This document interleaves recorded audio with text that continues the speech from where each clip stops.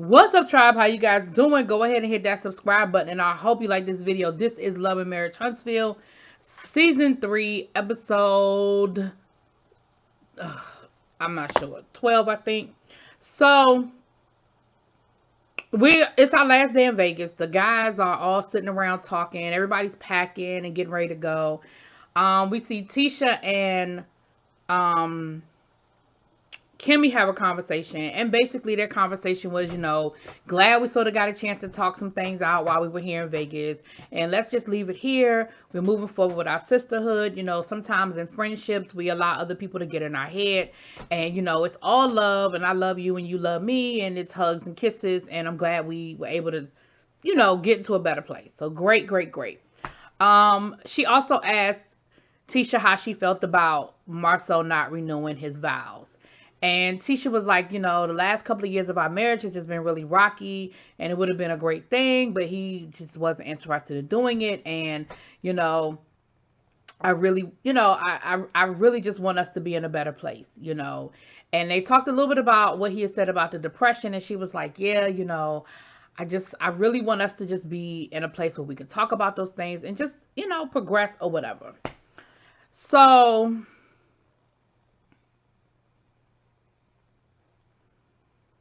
then the guys were talking. It was Martel, Marceau, and Maurice outside talking.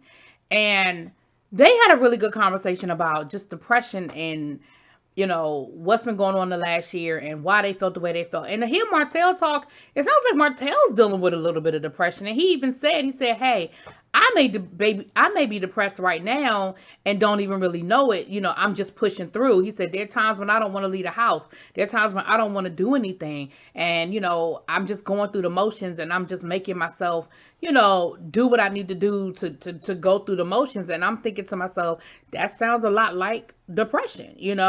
I'm no clinician. I certainly didn't go to school for it. But, there are, people think depression is, oh, you laid up in bed, you sleep, you don't want to get out of bed. And it's not always that obvious, but I think it was a good conversation. I'm glad the guys got a chance to talk to each other.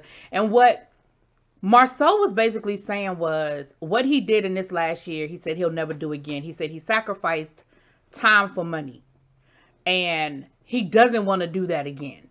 And I feel like what he was saying was that he recognizes that he's losing time with his family. He's losing time with his friends, chasing the money, chasing being successful.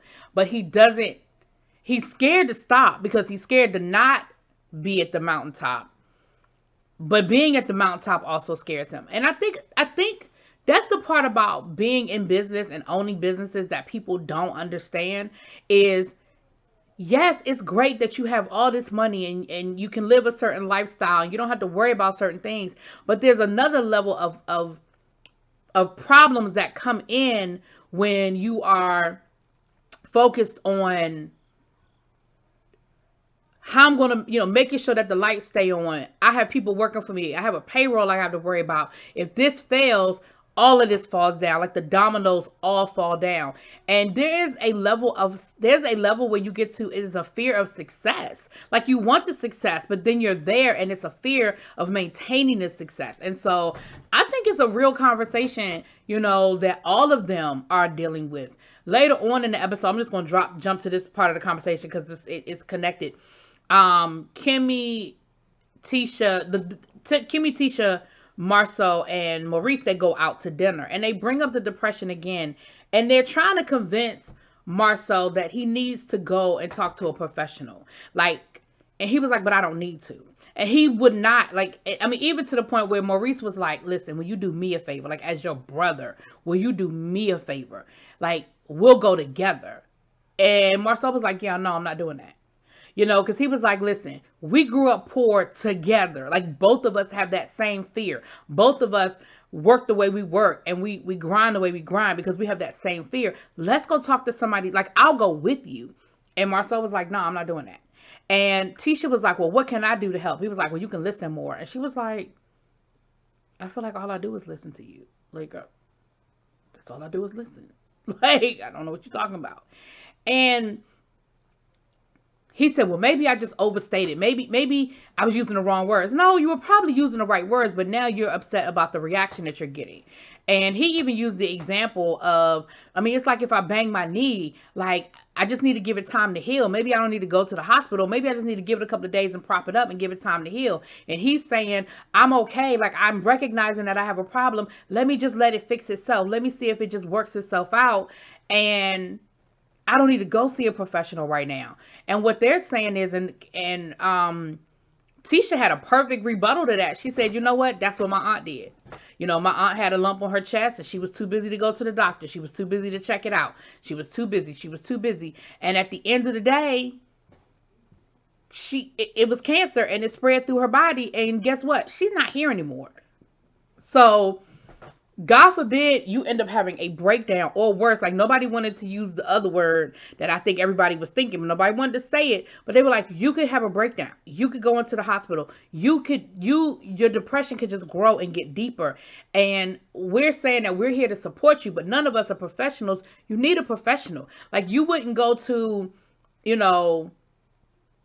a lawyer if you had if you had a pain in your side. You would go to a doctor.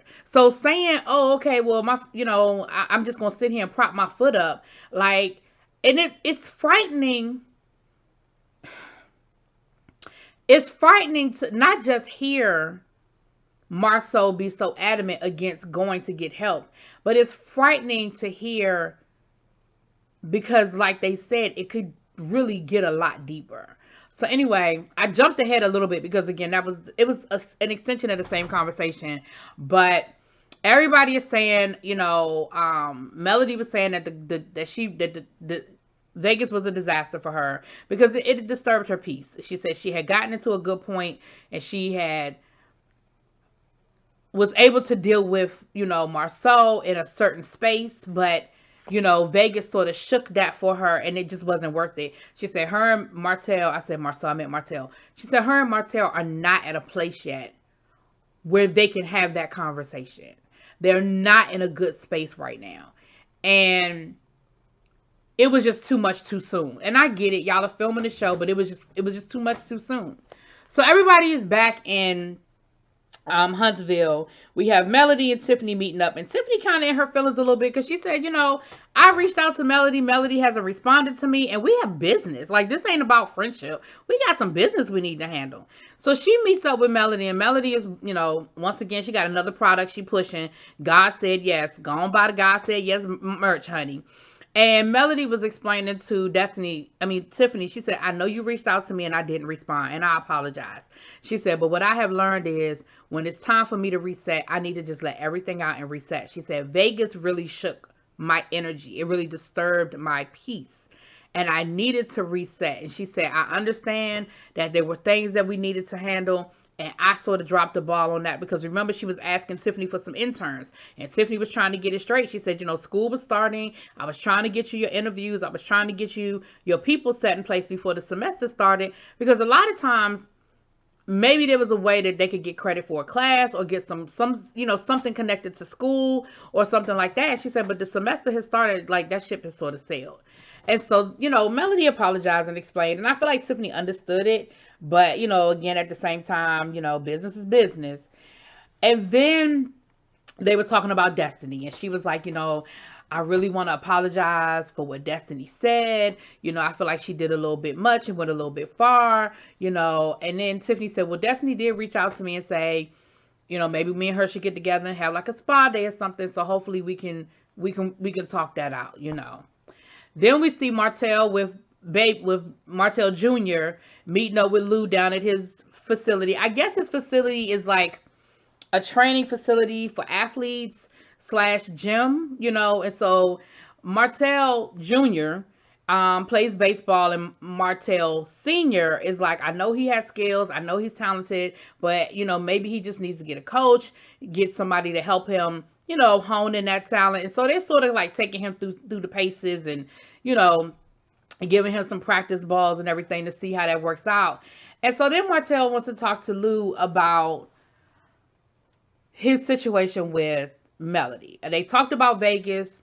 And Lou was like, listen, bruh, you was like a little bit out of control. Like, there were a couple of times where I felt like if we weren't there to pull you back from Melody, I was a little concerned. And I feel like in a roundabout way, he was kind of insinuating that maybe Melody and Martell's relationship might have been a little bit violent or whatever.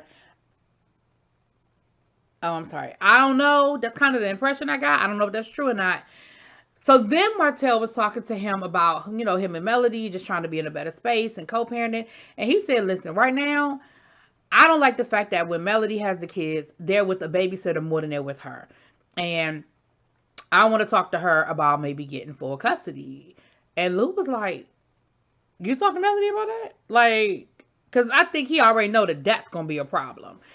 And to a certain extent, I understand Martell's concern about that. But on the flip side, listen, when your kids are with their mother, that's not your business.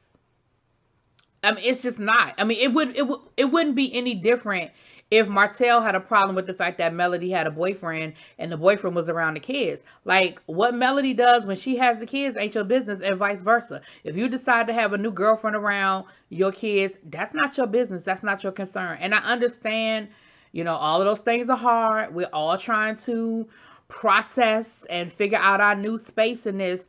But again, I see Martell's side, I do. But I also see Melody's side to say, this ain't your business anymore. Like, this don't have nothing to do with you. This is between me and my situation with my kids. It don't have nothing to do with you. So, I don't know, y'all. I don't know. Later on in the episode, we see Melody and Martell meet up. And let me tell you what I'm sick of. I'm sick of us arguing about how bad of a husband Martell was and how he cheated on you and how he couldn't keep his penis at home. Like, we get it. We got it. We understand. And when they showed the previews for the rest of the season, I feel like 90% of the rest of the season is the two of them arguing. And I'm over it. Like, y'all are divorced now. I'm sick of talking about what happened. I'm sick of arguing over the same old with them. So then they get done talking about how horrible of a husband Martell was and how disrespectful Martell was. Then they talked about Vegas. And then they finally got around to what Martell wanted to talk to Melody about, which was about the kids. So now they're arguing about how much time the kids spend with Melody versus how much time they spend with a babysitter versus how much time they spend with Martell. Well, first of all, to hear that side of the story, to hear Melody's side of the story, the kids ain't with a babysitter a lot of the time. The kids are with family. Sometimes they with her mama. Sometimes they with her brother. But Melody said, listen, I got 2 babysitters. And Martell was like, no, you don't. You got more than 2 because the kids told me this. And he done pulled out his phone, child. He got notes. He know what happened on this day, that day. And I'm thinking, you know what happened when the kids ain't with you more than you know what happened when the kids are with you. Why are you worried about what's going on when Melody has the kids? And so he says, listen, I want to ask that if I just have right of, basically first right. If you know that you have a speaking engagement or you have to work or you have an event and the kids are going to be with the babysitter, I'm asking that you just call me first. And then if I can't do it, then you find a babysitter. And Melody was like, hell no. I'm not doing that. And again, I understand where Melody is coming from. I understand where Martell is coming from in asking, but I understand where Melody is coming from because there is a difference. First of all, if I'm going, let's just say, for example, one of the examples she used was going to Atlanta. She's got her brother in Atlanta. She's got family in Atlanta. So it's not like she's going to Atlanta and she's calling up a service to come and watch the kids while she's out at a speaking engagement. They're with family. They're hanging out. She said, I'm not going to call you because that is time away from her kids because the drive from Huntsville to Atlanta, she's with her kids. They're talking. They're spending time together. Once she's done with her speaking engagement, she's with the kids. The drive back, she's with the kids. So it's not just, oh, well, can you give me right of refusal? No, she's giving up a lot of time that she's spending with her kids doing other things. And so, of course, it turned into a whole, well, I'll just go to court then. She was like, fine, then take me to court. And then they had to talk about who had money and who didn't have money. Listen, once again, it dissolved into a whole nother situation. But at the end of the day, Martell, I need you to focus on you. I need you to stop worrying so much about what Melody's doing and focus on you. If those kids are with family instead of with Melody, like the rule don't say when I have custody of my kids, I got to be with them 24 hours a day. That's not what the rule says. The rule says they're with me this weekend, they're with you that weekend. And what I do on my weekend is my business. What you do on your weekend is your business. If your kids are not in danger or you don't feel like they're with somebody that is going to cause them harm, guess what? It ain't your business, bro. Anyway, that is pretty much the damn episode. And y'all let me know what y'all think, honey. I'll talk to y'all later. Peace.